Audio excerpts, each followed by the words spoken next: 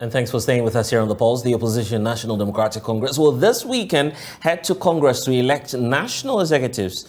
And key to watch is the position of the national chairmanship with incumbent Samuel Yaw slugging it out with the party's General Secretary Johnson Asiedu and two others. There is, however, a new face to the race. The former Deputy Works and Housing Minister, Samuel Yaw Aduasei, who happens to be the youngest contender in the national chairmanship race, is joining us in studio to have a brief discussion, even as we know that, of course, he's running around the country trying to get delegates to support his bid. You're welcome to The Pulse. Thank you very much. How do you feel going into the race and knowing that you're the youngest? At least age may not matter in politics, but it's a factor too, you agree? Well, I think that is one exciting thing about the whole contest, you know, because of the courage, the audacity for me to get into the race, you know.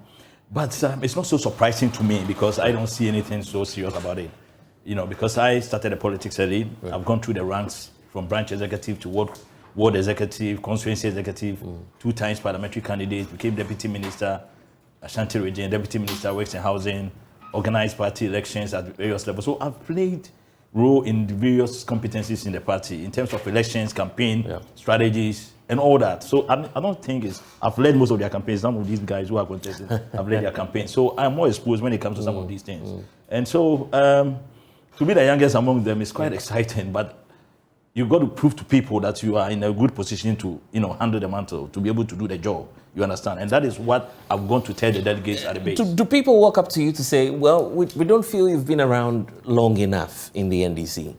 Simply because, because they feel you're much more younger than these other persons. Well, I don't think those who know me, you know, see that. I mean, they are always, I think people know what people like about me since I decided to contest for the position. It's my courage. And those who know me very well know that this job is not something that I cannot do. They know I can do, because leadership requires different qualities that you have to exhibit for people to have that trust in you that when he give you the mantle, you can do it. So I realize that the way we are doing things in the party must change, and the party needs new directions in order to change the narratives in 2016 and 2020. And that is really what motivated me to put myself up for this position. And your party says it is on that quest of regaining power in the 2024 general elections. If you look at the NDC today, what's your biggest priority? For which, if you're giving the opportunity, you start by fixing. Yeah, so we must look at where we are coming from. Where are we coming from? 2016 was the first time a party in opposition won power in just the first round, and that is MPP. In 2000, we had it on 2 occasions, first round, second round.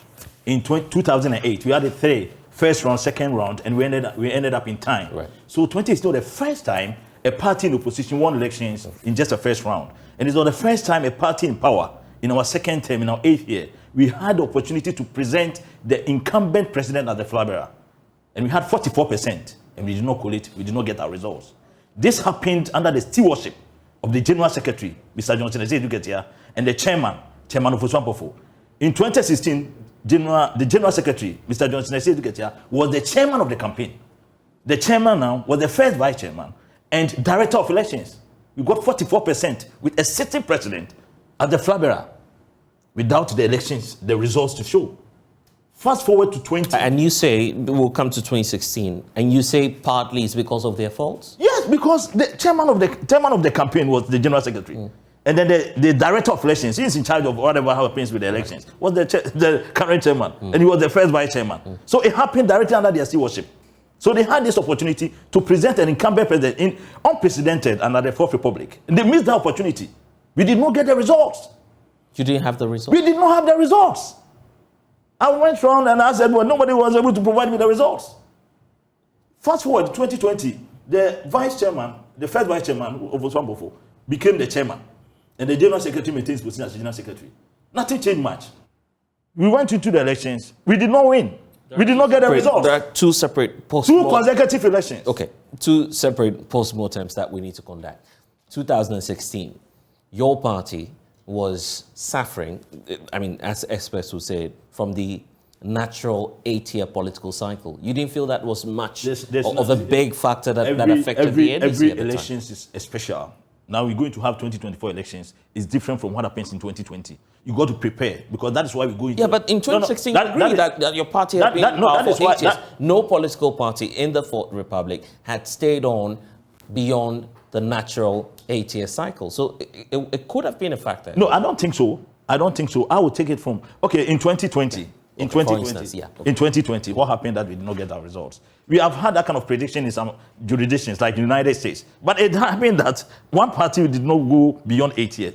You understand? Right. So, I mean, that is just a trend. But when it comes to the preparation, the actual preparation for the party, we rely on the leadership of the party. They are supposed to lead the party. And so these two people who are contesting each other now had the opportunity to win the elections in 2016. Because let me draw your attention to this one too. In 2016, it was also the first time a sitting president contested a flabbergasted. Have you seen a sitting president lose an election in this country before under the Fourth Republic? Have you seen that?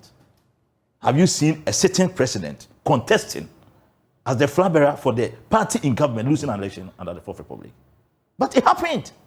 So that's what you are talking about cannot be an excuse. Because in the 8th year, the party in opposition or the party in government do not present the president. Presents a fresh candidate. A fresh candidate. Okay. So this was a unique situation. So it was an opportunity for us. If you look at that, if you look at it from that point of view, it was an opportunity for us. But these two people, under their stewardship, missed this opportunity. And you say Johnson Osiedu Nketia, Chairman Ampofo, should be paying the price for it. Yes, because they played major roles in their various capacities. Because first vice chairman, director of elections, chairman of the campaign, and general secretary. I think everything they reported. And this is why I'm interested in your campaign.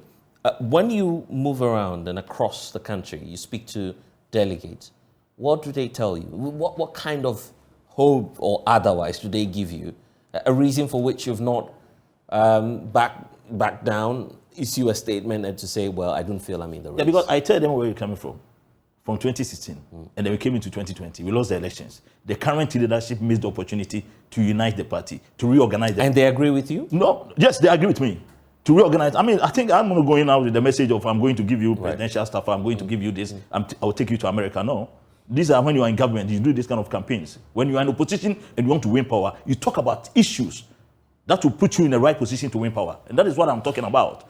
These two people had the opportunity to reorganize the foundation of the party after the passing of J.J. Rawlings. Because that kind of unit command must be well established to ensure a power, that kind of authority that will instill discipline in the party, to give us a new outlook, to rebrand the party.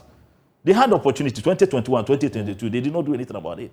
Sat down for a party in government to organize their internal elections 5 months ahead of us. What were you using the 2021 and 2022 for? We sat down for one lawyer, people to organize demonstration, could be reloaded. He did not get people on the street, and they were laughing at him. He was relying on NDC. He thought we'd join him. We were doing our campaign. We were doing our internal elections. When the government back was on the wall, that we have to put pressure on the government to make a statement to Ghanaians, we missed the opportunity because our leadership made the timelines. They did not regard the timelines. This is where I'm coming from. This is where we are. Clumsy timetable. When we are not done with the constituency elections, we are opening nominations for national elections. They don't regard. We are not doing the elections in 2026. We are all doing the elections in 2024. That's what they should know. If these are the problems with the NDC, why must it take Samuel Yaw Aduasei to be the one leading the change agenda? And why should delegates be giving you that chance? That is when everybody, like I said, per the constitution of the party, they are qualified to contest for any position in the party. So I could have decided to contest for branch, constituency, region, and I'm contesting national. And the other national could have decided to contest for any other position. You understand? Right. But I'm contesting for the national chairmanship position because I think that there are some things that must be done to change the direction, to change to give the party a new outlook. Take John Mohammed's situation as, for example. He's the only former president you have alive in the party. He's the only former vice president you have alive in the party. Why is this contest? Why don't you put this issue to rest? The leadership, this is a unique situation where a former president had the opportunity to contest again. What is so big deal about this thing that the leadership of the party, led by the chairman and the general secretary, to not put it, they had 2021, 2022 to put this issue to rest. So when I went down engaging the delegates, they asked me, how are you going to do it? I said, there are two ways. Okay. One is consensus building. Okay. Because normally when there are issues at constituency level, you don't always pass it to the region. Region do not always pass to FEC. Sometimes you sit down, Jojo, put the issues on the table and discuss and find a solution to it. Why can't this leadership do that?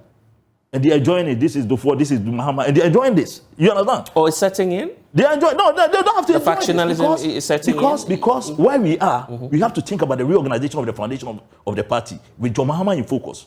And that this is not a time for a contest. This is the time for the establishment of this unit command. But by doing this, you're declaring alliance, and that could break your party as well. No, it will not break the party. That's why. That is why I mentioned consensus building. You know, consensus has always been one of the. So you want, for instance, Dufort to just come in and say, "Well, I'll support." No, he is not the one to say it. Right. It is the chairman of the party who he has failed to do that. He and the general secretary, they failed. Why do you feel Ofosu Ampofo, for instance, has not been able to reach that agreement? You feel? No, I don't know why he's supporting well. I don't know why he hasn't. I don't know. He has not told me. He hasn't told me that he supports this person or that person. But I think that if I get the opportunity, I told the delegates that if I get the opportunity, what they fail to do within 1 month, I will activate it and do it. So now that's rearing its ugly head because it's becoming a point of departure and rancor even within the political party. Even as we speak, Chairman Ampofo, your incumbent General Secretary, Johnson Asiru Nkitia, all over the place, fighting over some of the happenings in the 2020 elections. You've heard, for instance, the clip that has gone very viral.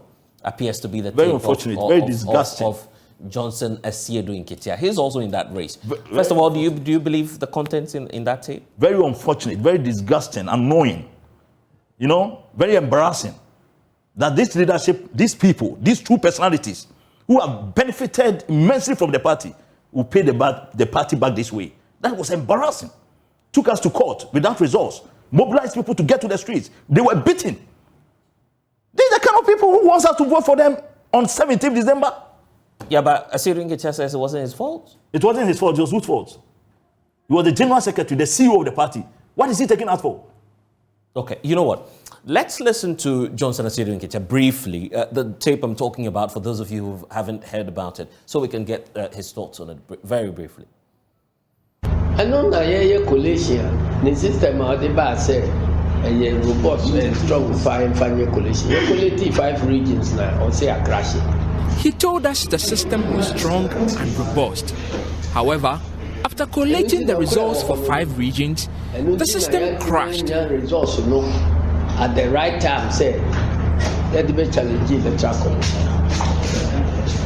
And so, here on the that was why we didn't have the results at the right time to challenge the Electoral Commission's results. And then we said we wanted to collate the figures manually. Together with a team of university students, Griffiths again failed to do a good job. Say your man appointment now, or you're prepared to resign as our national chair. Ofosu Ampofo said he was ready to step down as leader of the party if we don't appoint Griffiths as the director of IT. You're appointing director of IT. Griffiths no. Or no Akamba say Griffiths ne Baumia. Akamba during the meeting mentioned that the person to be appointed as the director of IT has some underhand dealings with Vice President Baumia, and that the party has to be extremely careful in handing over its election collation mission to him.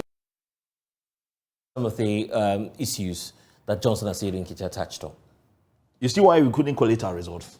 When I went to the base and I told them we couldn't collate our results, some of them were saying, no, Honorable, they said we collated the result, but we did not get it on time. I said, look, they did not. They could not collate the results. They messed up. Well, what inside story do you have on that? Yes, no, listen to the tape. Okay. If you listen to the tape, this issue of scattered influences that I'm talking about has manifested itself. You realize the organizer had his own understanding. So in 2020 elections, the organizers who had to collate their results. And then you had the IT directorate, you had the election directorate, then you had some individuals who had also formed their own coalition centers. Hey, you're joking with the lifeline of the party. Why is this Johnson Asiru Nkitia's fault? Yeah, because he said it. You know, he said it in the tape. He said he has. He told us clearly that Ofosu Ampofo, for instance, just indulge me briefly. Ofosu Ampofo says, well, I'll resign if you don't give the appointment to Kwame Griffiths. If you listen to the entire tape, Asiru Nkitia said, I admit that all those people had to report to me. If you are the chief executive officer of the party and general secretary, and he admits that all the people have to report to him, and they did not go, who do you want to blame? Of course, I'll blame the general secretary. He also accepted it in the tape. He accepted that in the tape. So why did they took us to court for nothing? People died. You charge people to go to the police stations and kill themselves for the party. And look at this. Look at this thing. It's very disgusting, very embarrassing. How are you preparing towards 2024? with this kind of attitude. And that's the question I want to put. No, yes, that is what. If you don't get elected, the likelihood is you may have Samuel Yaw and Johnson Asiedu Nketia, either of them winning the elections. What would that mean for the 2024 election In for fact, the NDC? even this kind of their actions that they are already is deepening some crack in the party. What they are doing is a serious disservice to the party, divulging some serious information out there. And you go out there and tell people that you're able to collate your results and all that. They are only trying to diminish our electoral fortunes in 2024. You fear you? Yeah, that is what they are doing. That is what they are doing. There's nothing else. Using their selfish interest to do that. That's what they are doing. Look at tomorrow. There may be a press conference by the other camp. That's what top of them. They may do a press conference. Look at they are just taking up. Everybody is quiet in the party. Everybody is quiet. We sing Revo, Revo, Revo. Do you understand the song? Do you understand the song, or we just sing it for singing sake? You've been around. When something is not going on right, you have to revolt. That is positive defiance. That is what we did in 2005 against Obeda Samuel and all those people. That's what we did. And so we keep singing revolution, revolution. This is the time for that revolution. We should get the two out. They have disappointed the party 2 consecutive times.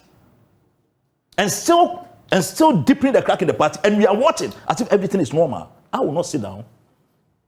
That's why he said, I'm the youngest person. I'm daring. I don't fear those. No. My membership card is one day. I was on membership card once. Before I became general secretary, I saw him. Okay. You understand? But even if they don't win that elections, even if we don't see them winning the elections, what we may see happening is that, as you're saying, there are cracks within your political party. That is what they are doing. So there will be a need for some level of engagements to try and, appease all of the camps. How would you deal with that if you become chairperson of the NDC? And I'm interested in that because even if they don't lose, they are still members of the NDC and they may go all out to say so many things. If their supporters are dividing, if they are dividing the party at the constituency and regional level, and you get a neutral person there, you automatically unite the party. Do you think you have the respect of, for instance, Johnson Asiedu Nketia? You should have my respect. Why? You should have my respect. I've moved with him before. I've moved with before he became first vice chairman. I led his campaign. I've always been with General since 2005. I've always campaigned for him. Right. So you should have my respect. I served as deputy minister for works and housing, deputy minister in Ashanti region. I did not do anything to tarnish the image of the government. You understand? My entire political career, any assignment, any role anybody had given to me, I've executed it excellently. You understand? Nobody can say, when I was chairman of the elections committee in Ashanti region, I did the job perfectly. When I was the chairman of grounds committee for the National Congress in 2014, I executed it perfectly. You understand? So they should have that trust in me. But they are the ones who are the problem now because of what's coming. Yes, because what they are doing now, their credentials. You are talking about an establishment. Yeah. Those credentials that has made them established themselves in the party, that have established individuals, like General has established, he has his own establishment. Those credentials have not evolved in recent times. Okay, do you feel that the NDC will be taken seriously when you come out again to say that you're disputing an electoral outcome in the 2024 elections? So I'm not saying that may be the case, but do you feel that we will, as Ghanaians, take you seriously? Of course, that will be automatic response. They will just refer us to the tapes. That even in our own party, people will say that, why are we going to court? Maybe these guys, they don't have the result. They are deceiving us again. So it will start from our own party. So that is going to be an automatic response from Ghanaians that, look, these guys took us to court without holding the election results.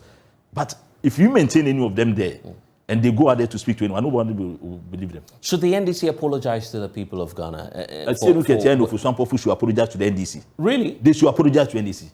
They should apologize to them. That is what they should have done, and then step aside. They should step aside. They should join the Council of Elders. What they are doing is bad. What they are doing is bad. Ask me, how did Asiedu Nketia become General Secretary? It's because we voted against Obeda Samuel, Bizidin, Acting Secretary, then Bizidin, Francis Essiem. Because they took Professor Samuel to election in 2004, and in fact they did not perform well, we sacked them. That is what we did. I was in Koforidua. We used force. That is revolution. The revolution is not what happened at Cape Coast. They say some people were fighting. Anything that happens must cause a change. If it doesn't cause a change, just a fracas, just some violent thing that the people did. Samuel Yaw Aduasei, I should be saying, you are going into the race knowing that you have contenders. If you don't get elected, who else amongst, Johnson Asiedu Nketia and Samuel Yaw? I don't want any of them. I don't want any of them. I don't want any of them anyway. I don't. They know me. Are you not being selfish here? No, I'm not being selfish. I'm talking about the interest of the party. They have failed the party. I'm passionate about this because when we went to opposition, if somebody was 40 years, if you have to miss 2024 and you come to the person will be 52, you are wasting people's life. If somebody was 50, you'll be 62. You see our selfish interest to waste people's life. Do you think, is that how we treated you when you joined the party? So what they are doing is very bad. They are deepening the cracks. They are taking the youth for granted. Unfortunately, they are taking the youth for granted. They are taking the new generation for granted. I'm not going to sit down for that to happen. I will come up. That is how I was brought up in the party. You have to be daring. That's what you call positive defiance. Okay. There's a reality that may face you, which has got to do with how our democracy is being monetized now. And we need to face that fact that delegates would have to be, if I could use the word, settled in a very diplomatic way. You know that money will count in these elections. Do you have what it takes to carry out that campaign? I've never looked at any aspect of money. Why I contested, I looked at the Constitution. I went to the Constitution and realized I qualified to contest for the position. Pick a nomination form, get the endorsements. After that, engage the delegates. That is all that but that's what's on paper. That is all that I know. So on 17th, those delegates that I've spoken to, I know they have listened to my message and they will have to listen to my message and vote. If they have listened to your message and they think that they will help us, fine. But I don't see any money issue. Yeah, but I mean, you've been on so many platforms. You've seen some messages go around of how some camps are already advancing cash around. I haven't seen, no one has told me anything. Because even if there's going to be any money, how much are you not pretending about this? You're I'm not pretending. I'm not pretending about it. You know that money. I'm not pretending about it. But when you are moving around engaging delegates and you want delegates to meet you at a point, you got to give them transportation. You cannot tell me to leave my home from Sisala East and then come to town. Okay, so all you would do is to pay for transportation. Well, even this particular Congress, the Congress, the elections committee will take care of that. So you don't need to. They will take care of their hotels, they will take care of their everything because we all paid. I paid 12,000. You understand, for filing. I picked my nomination. I paid money and all that. You understand. We are hoping this short code and then bank accounts. If you want to contribute, you contribite to it. So we are trying to raise funds. As I told you, I've organized these kind of congresses before, so I know these are normal requests that we make. We always we always send it out to the public to contribute any amount they want to contribute. But do you feel that your contenders are using that as an advantage against you? You know, talking about finances? Yes, finances. I think what they think they are using against me is not finance, about their credentials. And those credentials have not evolved in recent times because they've been in the system for a longer time. Vusu became organizer somewhere in 2002. General came in 2005. He's been there almost 2 decades. You understand? So that kind of credentials have put some people in a particular box. Right. They have confined themselves deliberately, confined themselves in a box, thinking that that kind of ceiling can never be broken. And I'm saying that they have a choice. They cannot put themselves to a situation where they have to choose between Sarah and Caribbees. You understand? They have a choice. We are not going to choose a lesser evil for 2024 elections because it's a very critical election for NDC. And that is what I'm talking about. So it's not about the money. That I don't care about money. You understand? I'm not thinking about that. Okay. You are upbeat about John Dramani Mahama. Now, looking at what's happening, of course, he was the main candidate in the just ended presidential elections. He also joined the fray to say that, well, I don't think the NPP won the elections. Those were the words of the former president because he challenged the figures. He was the one who led the charge as the presidential candidate of the NDC going into that election petition case.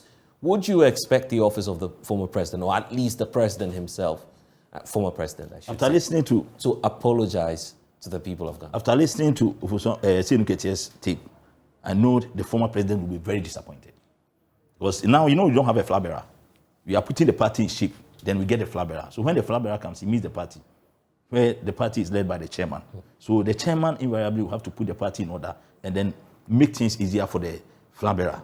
So after, even before the elections or during the elections and after the elections, it is the chairman who will lead the identification of the polling agents and most of these director of elections. The chairman will advise the flag bearer on the director of elections. When the flag bearer has any input, then you also bring in his input and all. That's what the chairman should do. You don't impose your will on the flag bearer.